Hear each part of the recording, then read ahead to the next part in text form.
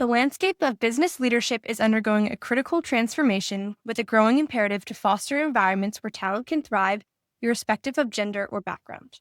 At the forefront of this movement, within the high-stakes world of technology and venture capital, stand influential figures and organizations dedicated to rewriting outdated narratives. Paige Hendricks Buckner, CEO of Allraise, embodies this new wave of leadership.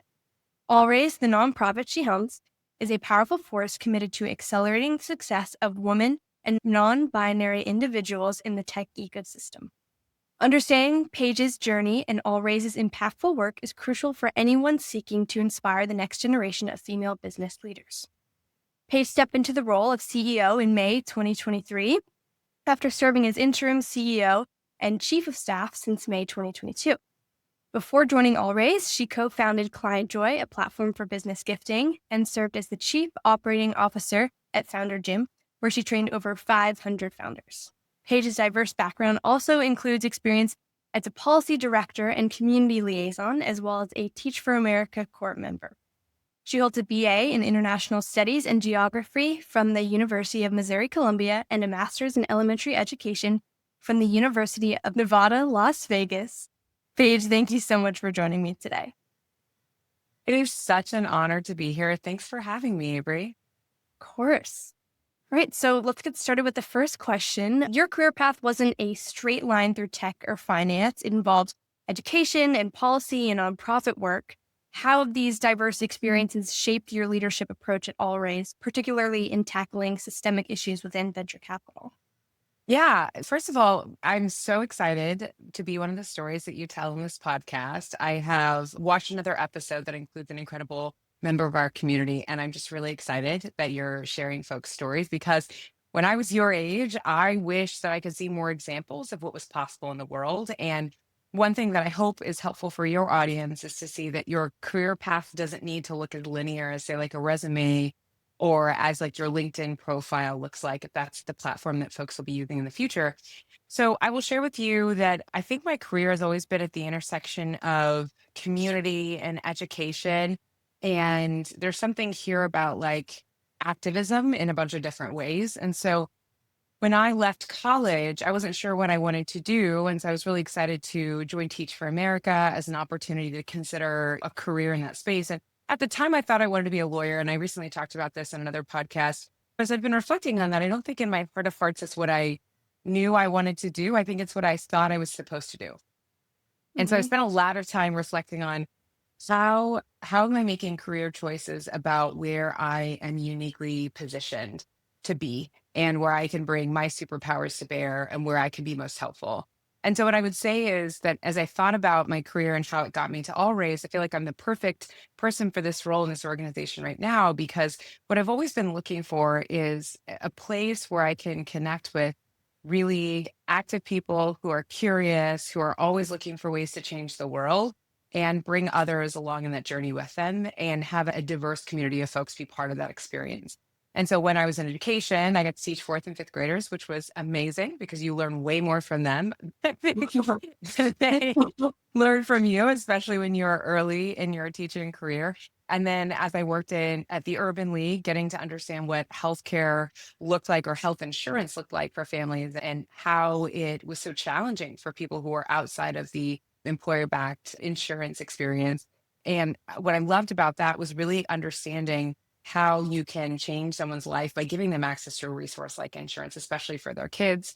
And then getting to work in public policy was such an amazing experience because I felt like I got to be part of changing the way that we think in our communities about governing public spaces, public resources.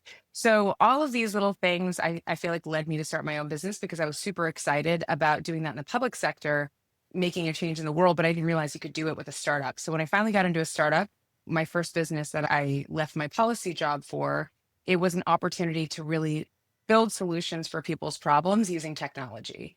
And so I loved that and had a lot of fun. And through a bunch of engagement in our Portland ecosystem, that's where I live, I also learned that I still love teaching. And so what was really fun is that I got to get back into teaching because I joined a group called TIE Oregon. And we had the opportunity to teach entrepreneurship to high school students on the weekend and during the school day, which is super fun.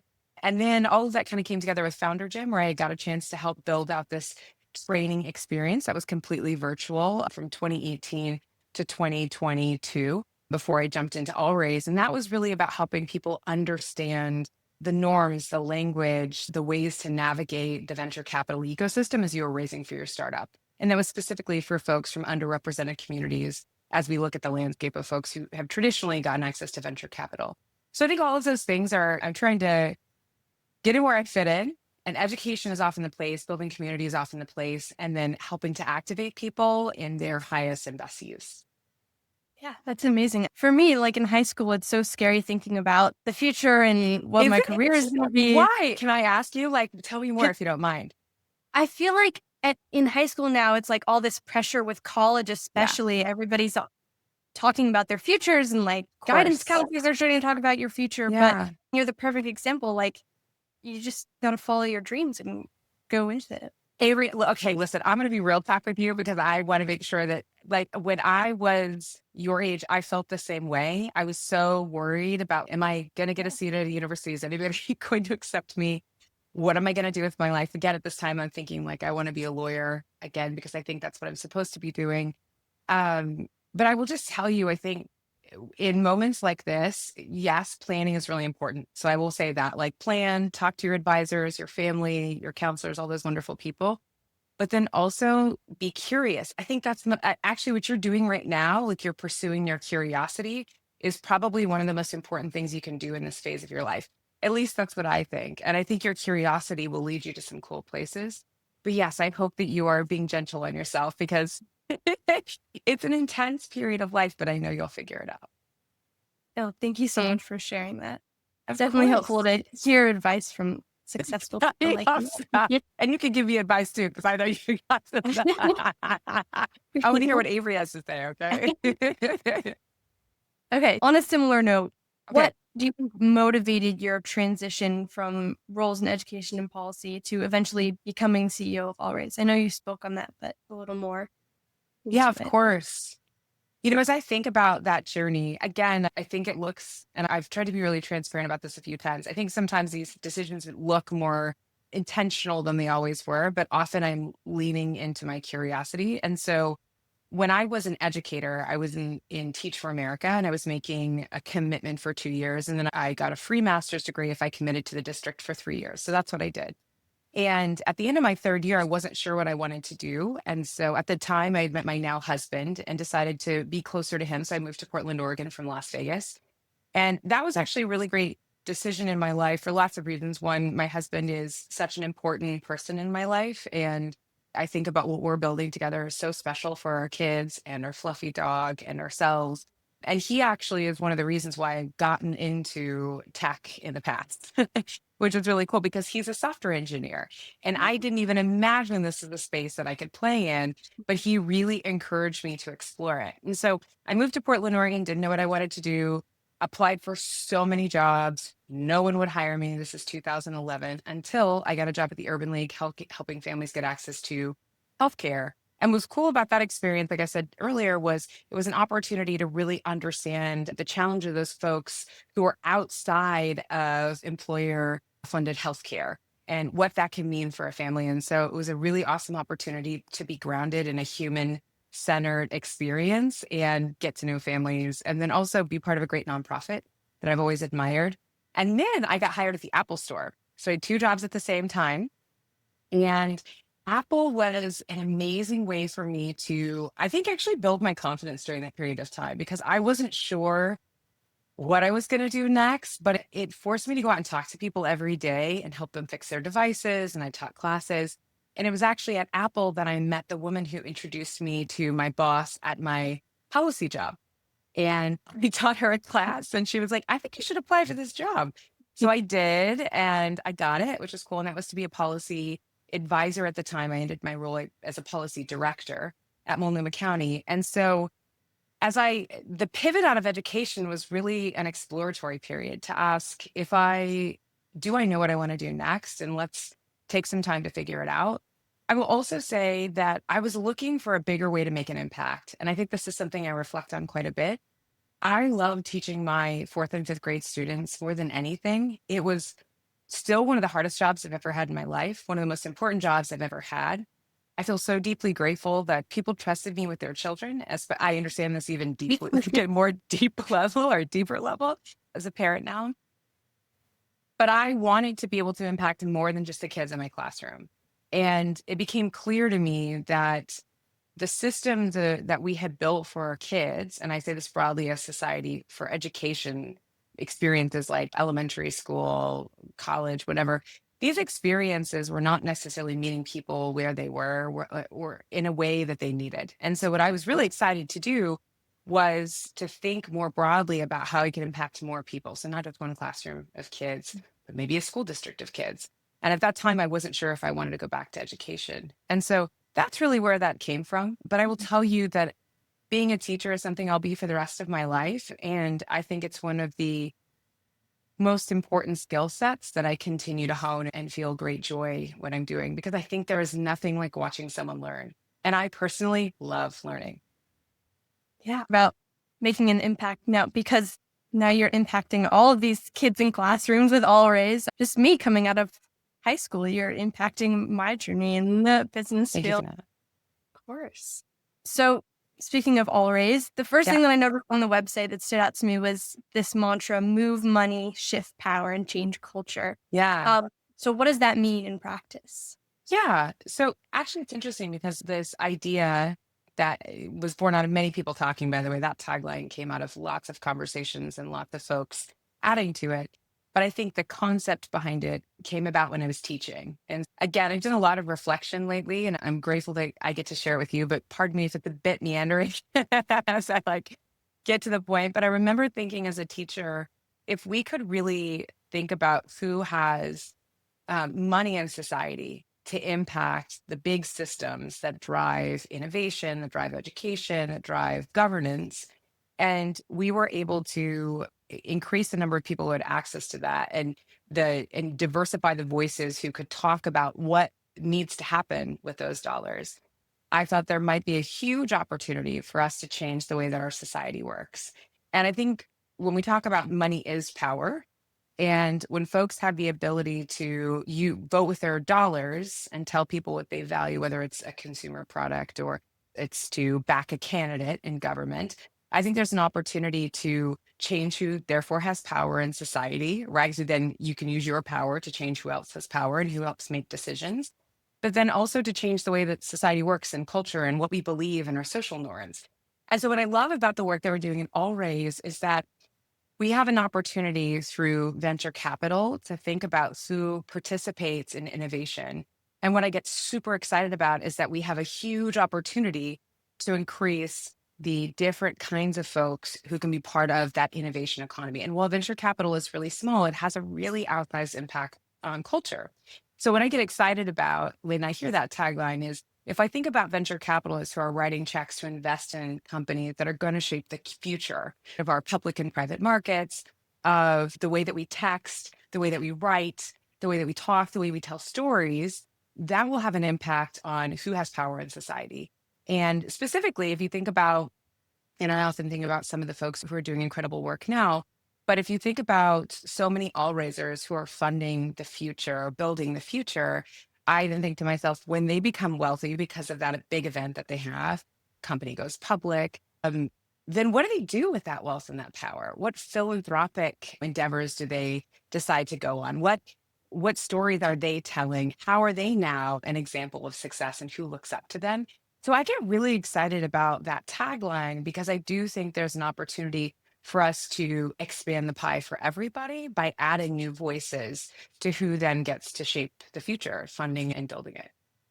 Yeah, I love that. And I never thought about it that way before. I always think about which company would be the most successful, but thinking about who's next to be successful, who they can give money to. Yeah, like Avery, you build a podcast network. Let's just say, come on, Biz Empress now becomes a network, and you have lots of different podcasts, right? And you're selling sponsorships, and you have big deal. Like, people who listen to your podcast are shaped in your network, right? All the podcasts, Yeah. you have many podcasts on your network.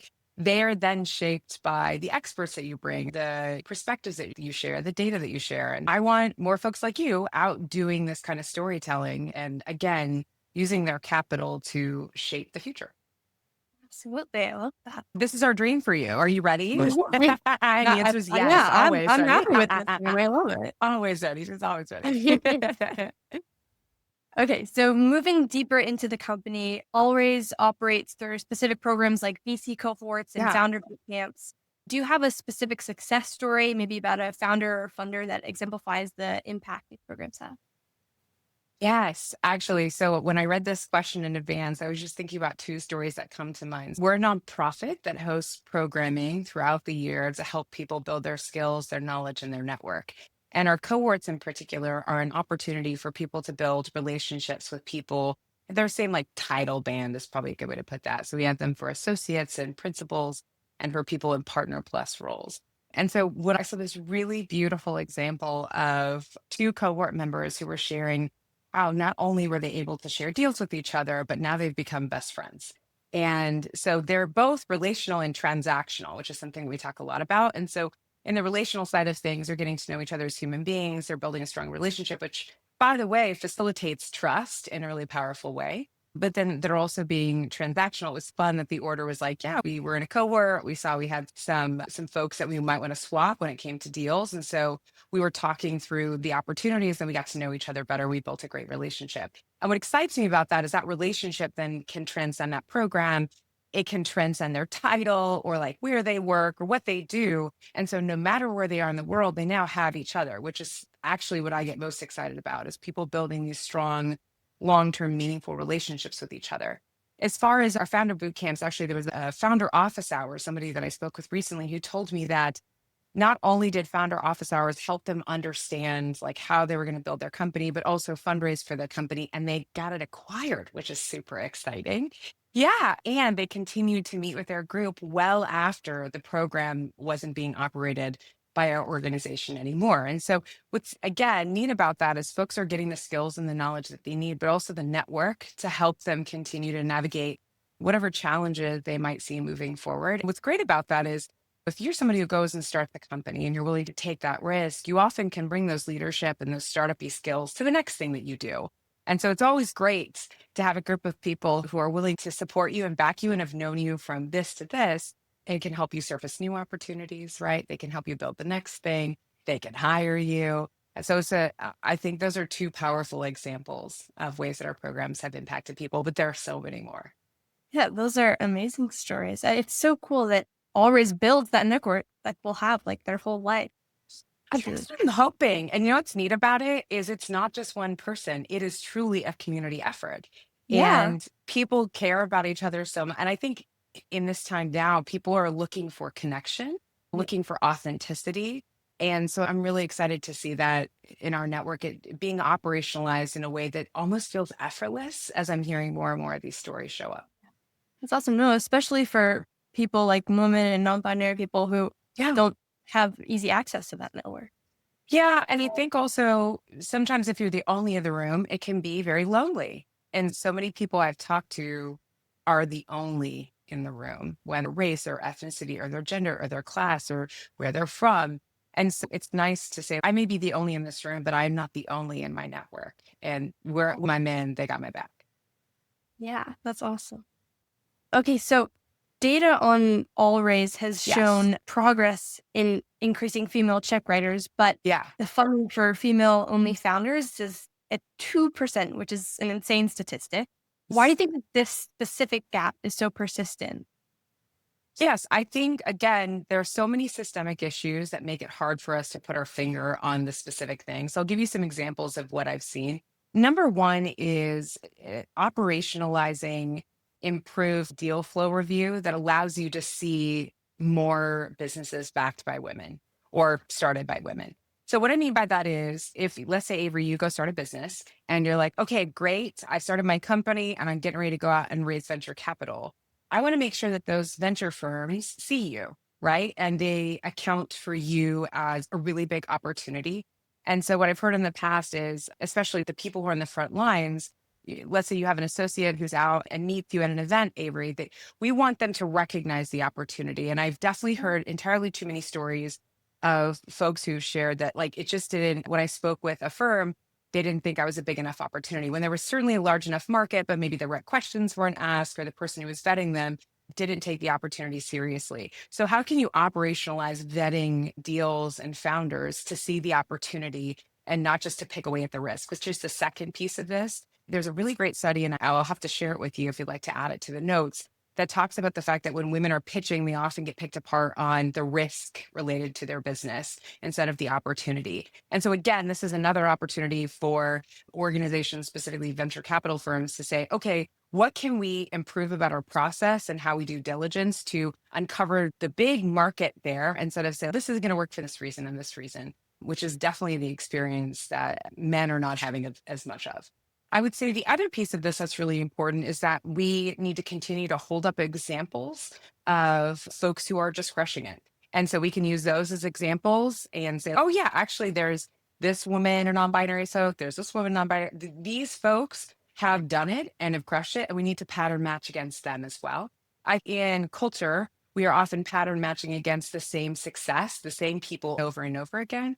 And what's great is there are lots of examples of wonderful founders who have a variety of backgrounds who can come to say, hey, actually, I just sold this company or I went public or X, Y, and Z. Yeah. We haven't had as many of those examples yet, but a big piece of that is because of the systemic barriers at each stage of the pipeline. I would say the last piece of this that's really important is that when we think about funding opportunities for women in non-binary businesses, I think it's really disappointing that we're seeing this number stay flat because as the market changes over time, we know that in our country, first of all, women are a massive market. They're not a Yeah. monolith, right? We know that there's an increasing diversity in our population. So I think overall, what the mindset shift needs to be is that there's a massive opportunity here. And we need to see meeting a female founded startup, whether it's all women or non-binary folks or mixed gender, that if we can talk to those folks, we can unlock a market that previously folks haven't seen. So that's a little bit about operationalizing some components of your deal flow process to make sure your diligence process to make sure that you are vetting as many possible options and you're getting folks that may not normally show up in your pipeline. But then this last piece of it is you have to change your mind and recognize that there's a massive opportunity here. So I think those are the thoughts that immediately come to mind. Yeah, absolutely. I just did a research paper in English about the early impacts of gender stereotypes on like gender leadership. Okay. And I was using the research from Allrays, which take a moment to appreciate that. It's amazing. Yeah. We have a great team of volunteers and staff. I'll pass it on to them. And it's crazy. 50% of women make up the world, but only 2% are getting funding. Like so much opportunity. I love the way that you look There's at so that. much opportunity, right? There's something exciting here that we need to continue to investigate. And what I don't want to hear is that, well, women and non-binary folks need to change the way that they show up. I think that by seeing this number remain stagnant, I think something is wrong with the system or the process. And so I think, hey, let's look for the opportunity here and make sure that's not missed because somebody's going to find it. And with the shifting demographics in our country, I think that opportunity is going to show up in private and public markets for years to come. Yeah, for sure. Okay, so Allrays has strategically refocused its efforts last year to double down on supporting female and non-binary VCs based on the idea of changing who writes the check, not who receives it. Can you elaborate on the thinking behind this shift and how it aims to downstream the impact for founders? Yeah, absolutely. So one thing that I thought about when I joined Allrays was what is our biggest opportunity to make an impact? And as a nonprofit, we're in service of our vision and our mission. And there are many things that we've done in the past that have been incredible in service of women and non-binary investors, founders, and operators. But where we have the strongest network, and I think a massive, again, opportunity is the word I'm using a lot during this podcast episode, is in supporting the success of women and non-binary investors. So helping them get their seat, keep their seat, and be successful in their seat. And part of our rationale, which is rooted in some of the data we've already talked about, is actually that if you want to change who is getting capital on the other side of the table, which are founders, you need to be mindful about who's writing checks. Because who's spotting the opportunity? The person who's going to see that founder and say, oh my gosh, this is a really big market. It's not niche. And it's an exciting win for the firm. And so there's a couple of things that come to mind here. Number one is an example that I heard from a woman who shared, what's really exciting is that because I joined the firm, we were able to see the market opportunity around investing in companies that are supporting IVF. And what's cool about that is that she was able to explain to me that because I came to the partnership, I had this lived experience. I knew so many other people who did. I could surface it. Whereas my partners, who at the time were all men, couldn't see it, didn't know because that wasn't their lived experience. Yeah. So that was one example. The second example is a woman who's a GP in a firm. And she shared with me that what's cool is that not only was she able to bring a different perspective and new deals to the table, but also she was able to help shape the culture of the firm. And so she could impact hiring, which is a huge piece of this, is being able to spot talent and say, hey, we're going to go out and look for more folks. And so now she's noticed for partners who are men have that same, they've added that to their lens as well as they're Yeah. thinking about hiring or investing, which is great. I think the last piece of this that's super, super important is that we have men who are very engaged in our community. And I'm so happy that they're here. Mhm. And the reason why that's important is because, first of all, men control most of this industry, control most of the capital. They're still in many of the leaderships at some of the biggest firms, some of the most influential firms. And so having them be part of this and see the opportunity is also really critical because they can, again, say, oh my gosh, we're missing out if we're not hiring talent that can help us spot, again, deals that just want to impact us today, but also for the next decade. I feel really excited about this focus that we've decided to land on and that we can expand from here over time. And so I think what's also neat that I'll highlight for you is that we're a nonprofit, but we're a little startup-y. Try to be really focused and do the thing that we do better than anyone else in the ecosystem. And then what I love about the startup-y nonprofit piece of our work as well is that we lock arms with others who are also crushing it at their respective area so that we can have a bigger impact together. Yeah. And I love that you said that because I feel like everybody always sees such a gender divide, like it's only women who can help to do this, but it's combined efforts, everyone. 100%. I think that's exactly right. So I'm so happy you brought that up because it is not about exclusion. We truly want to grow the pie. And so we want more people at the table because more perspectives allow us to build better products, allow us to build better businesses, and I think truly allow us to build a better future that is human-centered and that is reflective of the population that we see, not just in the US, but all over the world. Yeah, absolutely. So, obviously, a big part of All Raise's mission is raising diversity in the workforce. And you've spoken about a backlash against DEI initiatives. How Yeah. does All Right navigate this challenging climate? And what advice do you have for young women on building resilience when facing this resistance? Yeah. Two things. So I'll answer your first question. The way that we think about our work is about leaning into business outcomes. So All Raise is here because we believe that it is good for business to have a diversity of thought and perspective and lived experience at the table when you're making decisions about hiring and wiring. And so we truly believe that. And there's great data to support it. So what we've really been doing is leaning into the data and talking about the improved outcomes for businesses when you have diverse teams.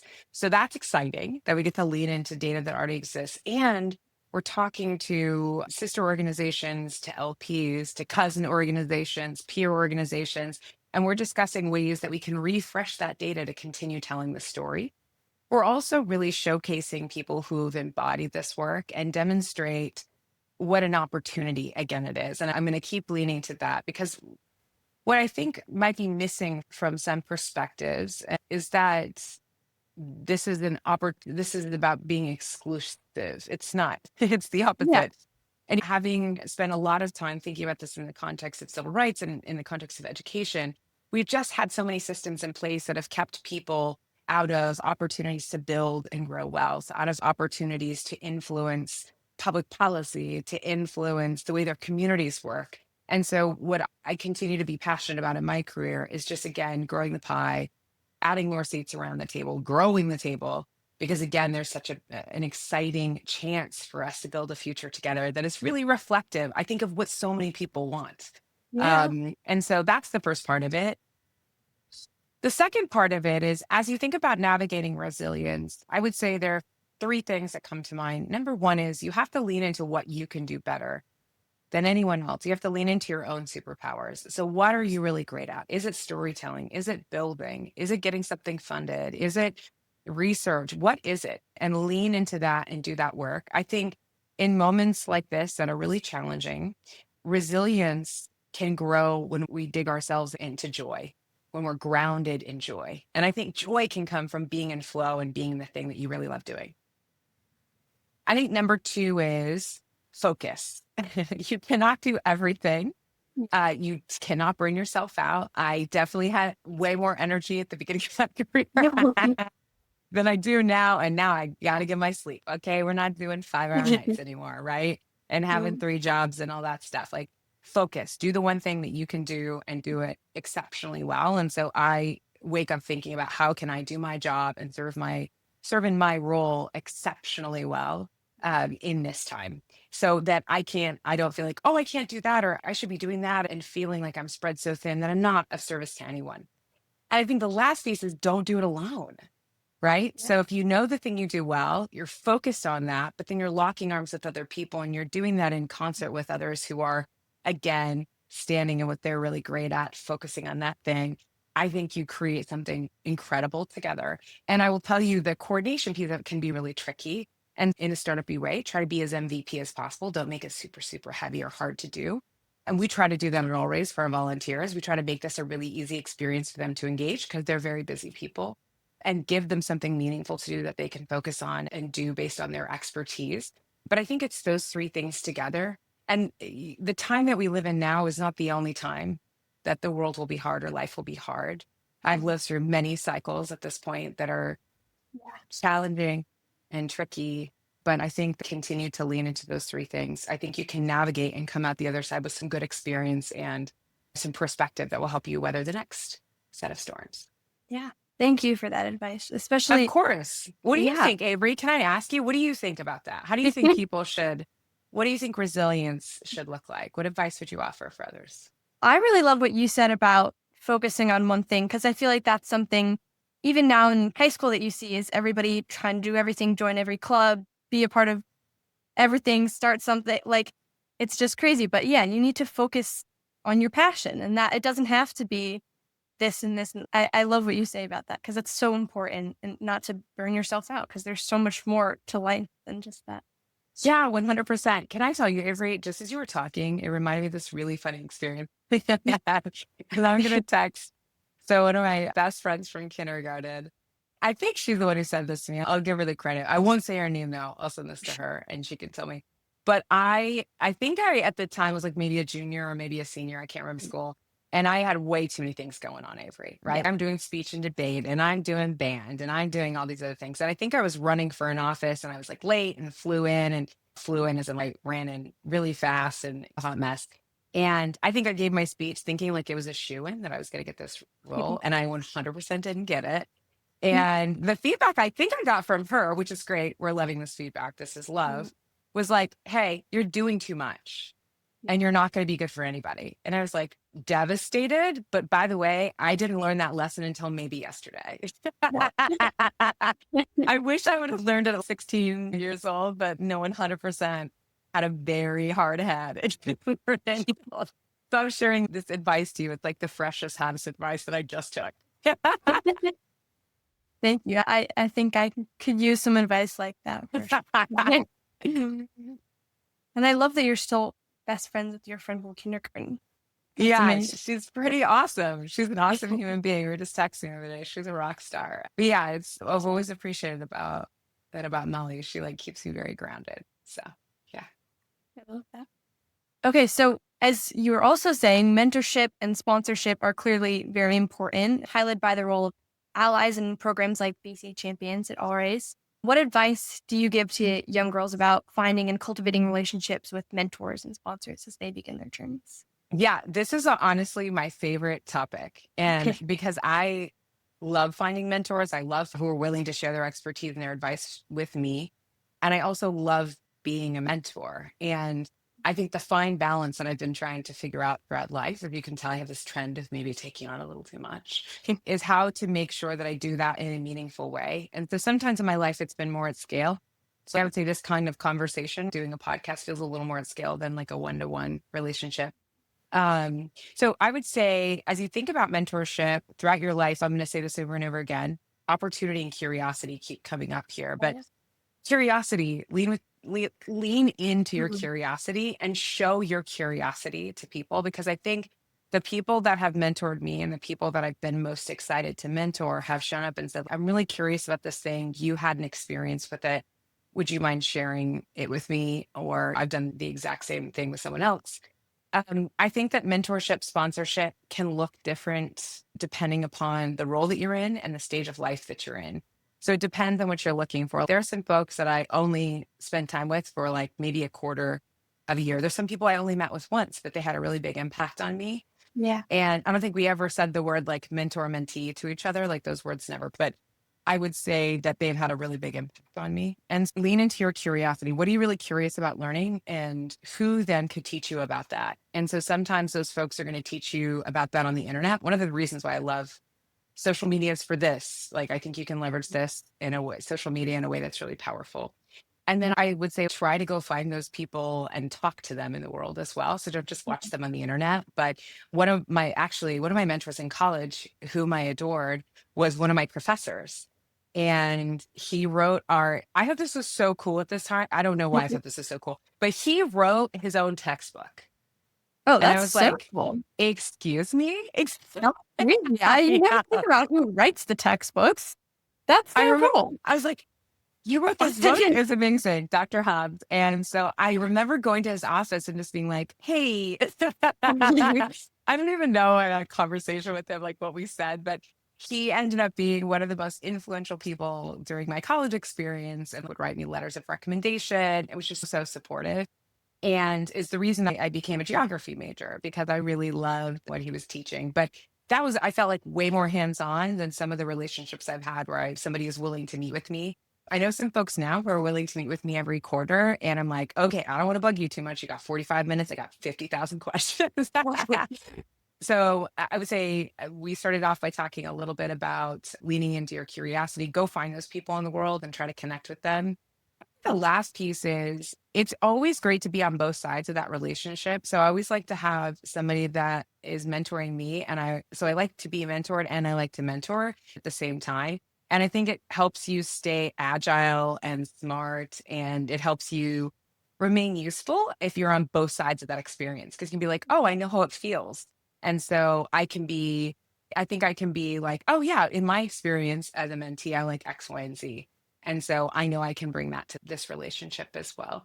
So I actually think in high school, you can do this, right? You can have some younger Yeah. folks that you mentor, and you can do that through the rest of your life. And I will tell you, my life feels richest when I have both sides, mentor and mentee, just filled out, because I feel like I'm doing work and I'm giving back, but I'm also being really supported as well. Yeah, absolutely. That's one of the reasons why I love doing this podcast. I get to think I'm learning so much You from get to you mentor today. me. That's like, this is what I was told. Okay. Okay.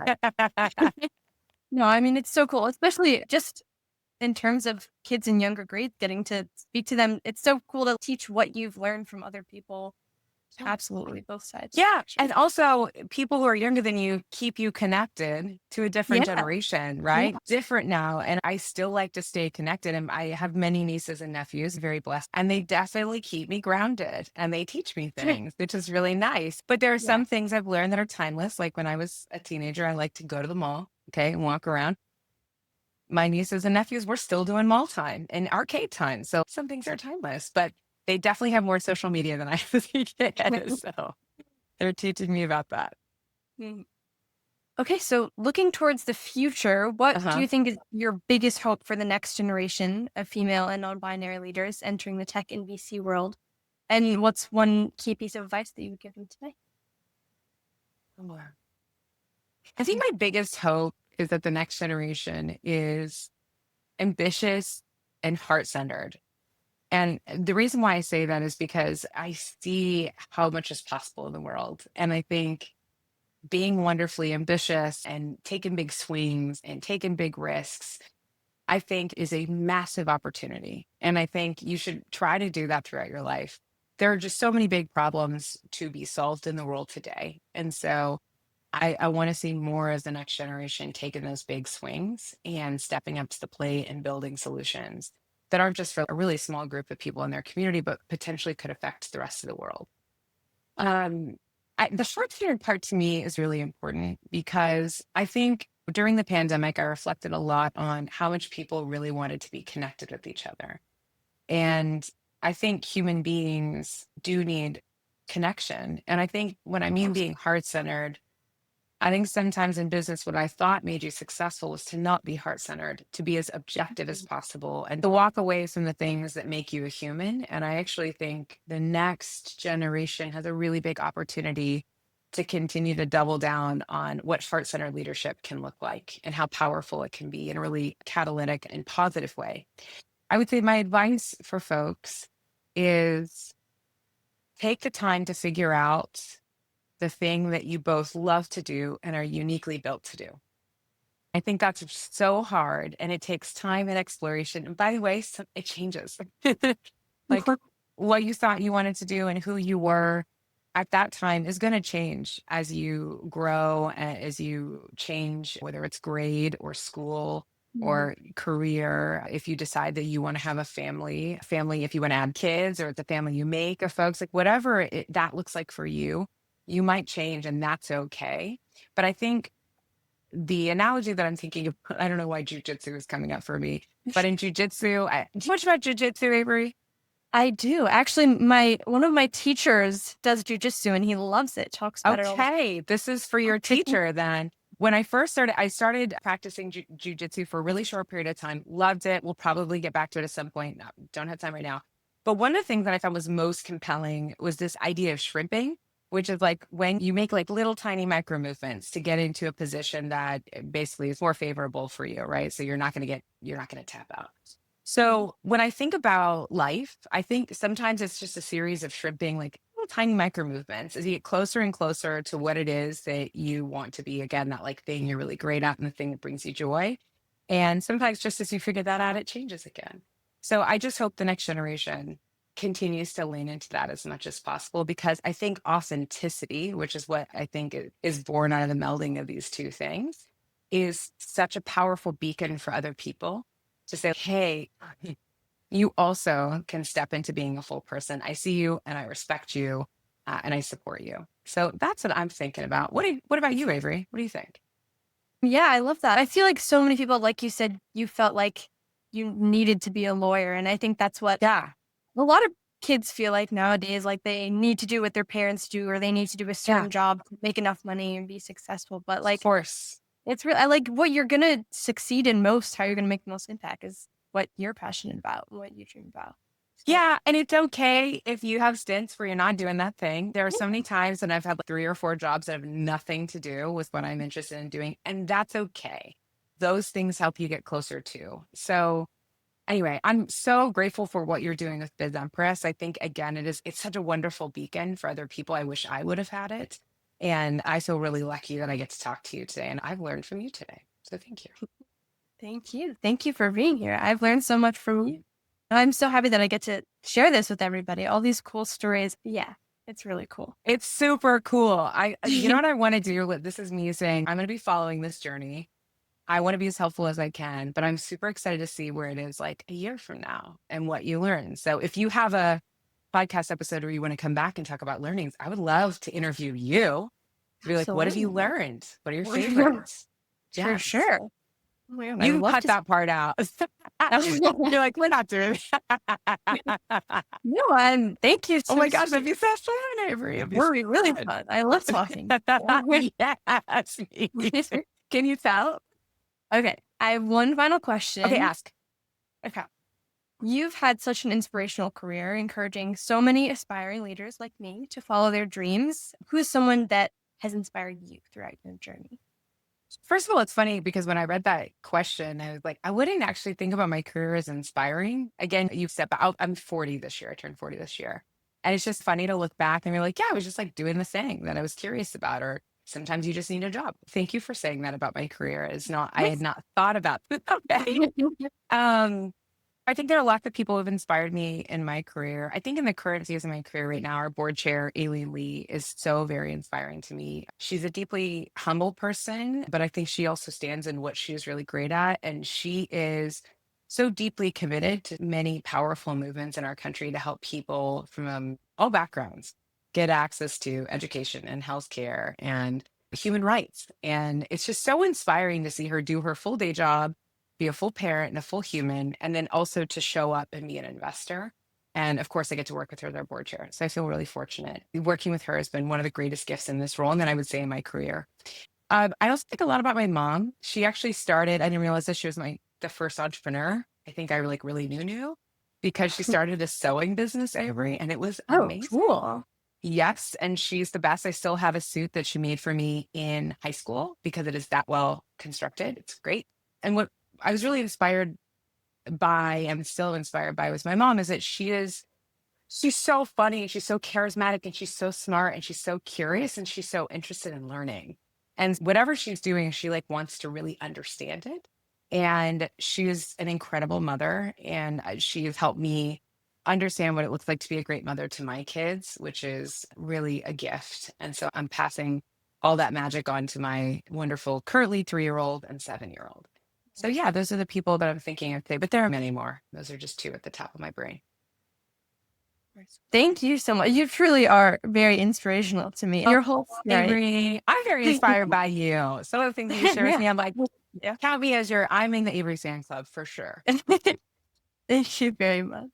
It's been such a joy to speak with you. Truly, thank you so much for sharing all of your experiences and insights. Your dedication to creating a more equitable and inclusive tech industry is really inspiring to me. You're creating a more equal footing for me to go into the workforce, and I really appreciate that. I'm sure anyone who's listening has gained valuable perspectives from everything that you've shared. Thank you so much. Thank you so much, Avery. And I'm just really grateful to be part of what you're building. It's incredible. I'm excited to see how it continues to grow.